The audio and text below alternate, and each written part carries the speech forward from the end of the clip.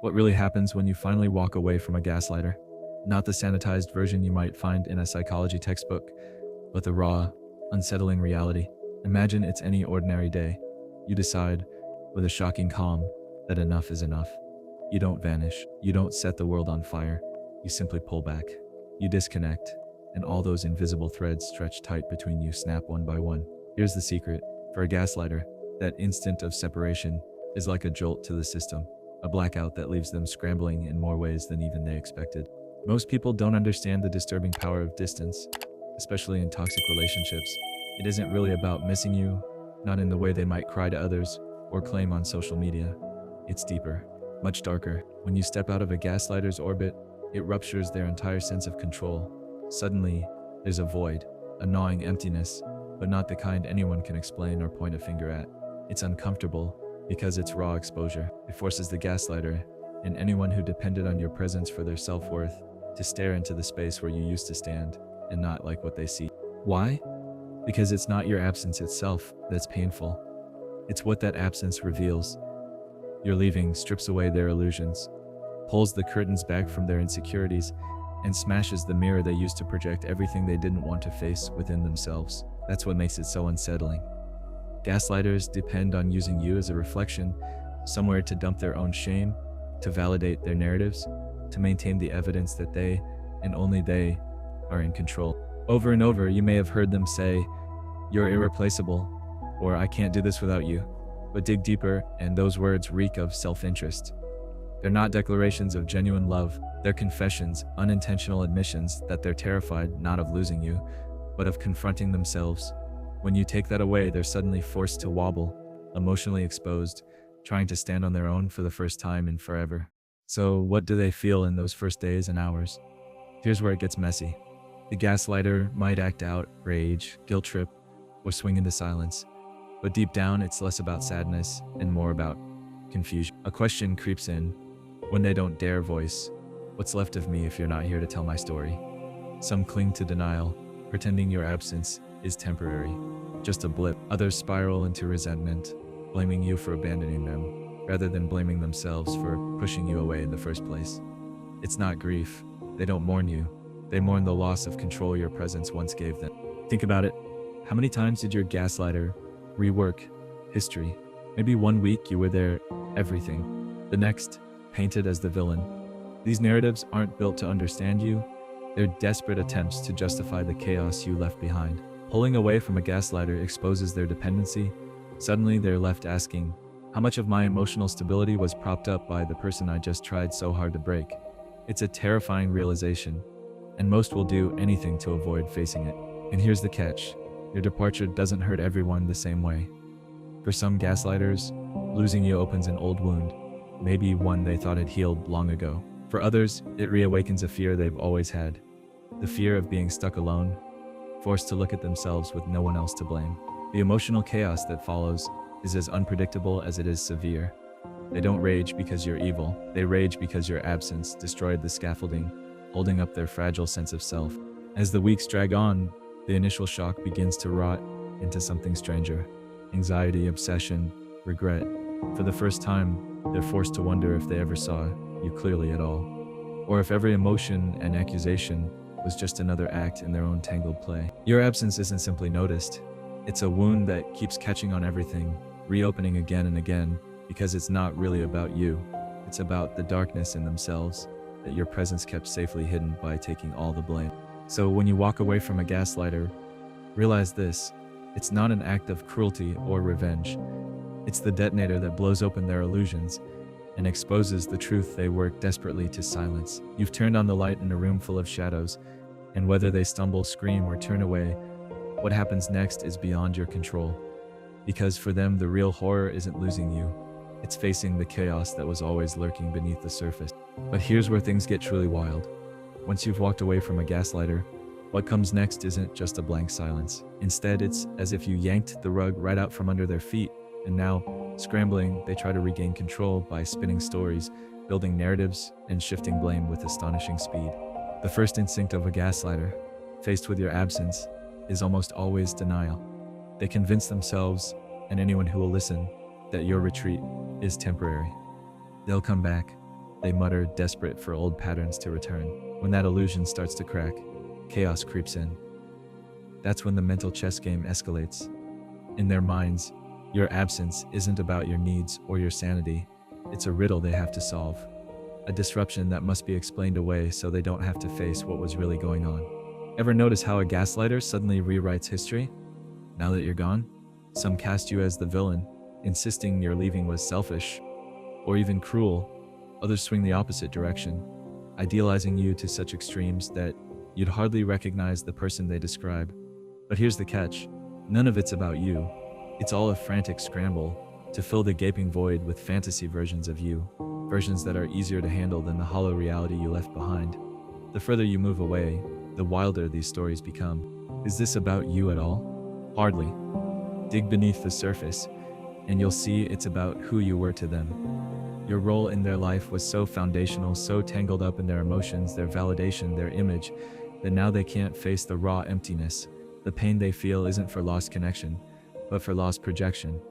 You were their mirror, their emotional crutch. So without you, anxiety escalates. With anxiety comes a whole new torrent of tactics. They might reach out of nowhere, feigning concern for your well-being or even apologizing, sometimes with uncanny sensitivity, sometimes with bone-chilling coldness. Then again, they may swing to rage, firing off guilt trips or accusations meant to cajole you back into your old patterns. One moment, you're their greatest regret. The next, suddenly, you were always the problem, always the toxic one. The goal isn't reconciliation, it's reclaiming control over the story, over their own sense of emotional stability. This, right here, is the foundation of the emotional warfare unfolding behind the scenes. As the gaslighter's narrative grows, they start seeking new crutches, replacing you with someone else, anyone else. If you listen carefully, you'll hear old phrases echo in fresh relationships. You're the only one who understands me, finally. But for all these new beginnings, the cycle barely shifts. New people are simply drafted into the same old patterns, all designed to avoid the truth without your reflection. Who are they really? While all this spins out, those left behind embark on their own self-recalibration. The silence you create says more than any confrontation ever could. For the first time, they're forced to see whether their emotional stability was truly self-sustained, or if it was always borrowed from your presence. Some discover an unexpected truth.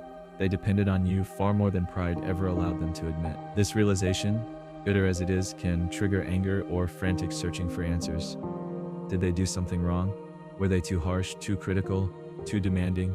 Questions they never wanted to ask before emerge, relentless and urgent. And so the real turbulence begins. For some, your distance is like ripping off a bandage. There's pain, then slow healing. For others, it's a wound that refuses to close, reopening again and again with every unmet need, every unanswered message, every room suddenly emptied of your influence. An unexpected melancholy sets in, a persistent unease that the scaffolding propping up their life has shaken loose. Here's where it gets almost poetic. The act of walking away doesn't just shake the gaslighter's world, it exposes the roots of all their dependencies. And in this vacuum, each person creates their own protective story. Some double down on anger, pinning all the blame on you. Others become almost reverent, cherishing your memory to avoid dealing with their own failures. The bravest, the rarest, confront themselves at last and wonder, was I ever really seeing them or just using them as my anchor? Throughout, there's one common denominator: loss of control. Stepping away from a gaslighter isn't just a break in contact, it's a seismic shift, triggering a personal identity crisis in the one left behind. Who are they without you there to challenge, to support, to reflect their anxieties and needs? With your presence stripped away, they're left to face themselves, and for many, that's the single most terrifying prospect of all. And still, their energy orbits around you, even in absence. What are you thinking? Do you regret your choice? Do you miss them even for a moment? They pick endlessly at this uncertainty, reaching for any answer that will give them back the sense of predictability you shattered. But what's perhaps most unpredictable is that your act of walking away also has an unexpected, sometimes paradoxical gift. For some, it marks the beginning of their own growth. The vacuum you leave becomes the challenge they need to finally examine and perhaps heal the faults built up over years of denial. But for many, the chaos simply increases, their emotional world crashing without the balance you once unknowingly provided. In the end, your absence is a silent thunderclap, It might not make noise at first, but it leaves the ground trembling beneath their feet. And while they try desperately to regain their grip, you're already moving beyond their reach, building a new life where your worth isn't measured by how much someone else needed to use you. Walking away from a gaslighter isn't just an escape. It's the ignition switch on a journey that transforms your inner world, blasting open doors to truth, self-revelation, and ultimately, your own freedom. The moment you step away, everything changes. Suddenly, your absence isn't just felt by the one you left behind. It ripples through you as well, challenging everything you thought you knew about yourself and your place in the world. At first, the space you create feels unfamiliar. There's a haunting silence, no more demands for validation, no pressure to bend your identity. But in that silence grows something quietly powerful. It's the discomfort of finally facing your own reflection, stripped of the narratives a gaslighter once forced onto you. Every time you chose yourself, every act of courage to say no more, you begin severing the invisible ties that kept your self-worth tangled with someone else's approval. But this is where the real evolution begins.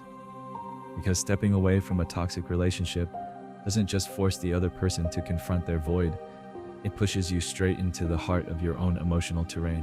You start to ask the questions you avoided for so long. Who am I, now that I am no longer someone's crutch? Where does my peace come from, if not from trying to save, fix, or endure someone else's chaos? These are not easy questions. They sting, they echo late at night, and sometimes they leave you feeling emptier before you feel whole. Yet, in this emptiness, in this foreign quiet, new growth begins. You recognize how often you played the mirror, absorbing projections and pain that never belonged to you. Now, you reclaim those broken shards and see something unexpected. Your true self emerging beneath the wreckage, no longer defined by reaction or depletion. You begin to set boundaries not as walls but as invitations to authenticity. Your identity, once borrowed and battered by manipulation, slowly reforms in the light of your own values, desires, and dreams. Detachment, then, becomes an act of radical self-love. Instead of asking what's wrong with you for leaving, you start wondering what's possible because you left. Where you once felt shame, you now find pride in your resilience. Where guilt used to gnaw at your conscience, you discover the power of forgiveness, first for yourself, then for the parts of you that survived the manipulation. The further you walk down this path, the more you realize that peace isn't passive. It's a choice made over and over again to prioritize what nourishes you rather than what depletes you. With every day that passes, your absence teaches you that you were never the villain in someone else's story, nor their savior. You were simply trying to survive in a narrative that wasn't yours to write. Now, free from the emotional quicksand, you start to create your own story, one in which your worth isn't negotiated or doubted, but rooted firmly in your own sense of self. Others may view your distance as abandonment or betrayal, but what they don't see is the courage it takes to choose yourself after years of self-erasure. Some might even try to pull you back using guilt or nostalgia as lures, but something fundamental has shifted. The path you've carved out is no longer guided by external chaos, but by the unsteady, exhilarating rhythm of self-respect. Detachment is never easy. It's a trial by fire that exposes old wounds and forgotten strengths. And just when you think you've lost too much, that the price of freedom was more than you could bear, a quiet certainty emerges. You realize the void they claimed you'd leave was never yours to fill. It was always their reflection, their unfinished business. Stepping away becomes your declaration, not just to them, but to yourself, that your peace matters, that you matter. Along the way, this new clarity seeps into every corner of your life. You notice how much lighter you feel, how the urge to justify yourself fades, how your relationships become mirrors of honesty instead of projection. The world doesn't become perfect overnight, but it becomes yours to shape. You cultivate connections grounded in real understanding, no longer bending to fit someone else's broken mold. As you look back, you recognize the bravest truth. Walking away from a gaslighter wasn't just about ending a relationship, it was about starting your own. It was the moment you stopped letting someone else's storm dictate your weather. Now at last, you're free to choose your own sky. So, if you ever doubt the power of distance, remember the void does not define you. It frees you. Walking away isn't just survival. It's your first, unyielding step toward a life that finally belongs to you.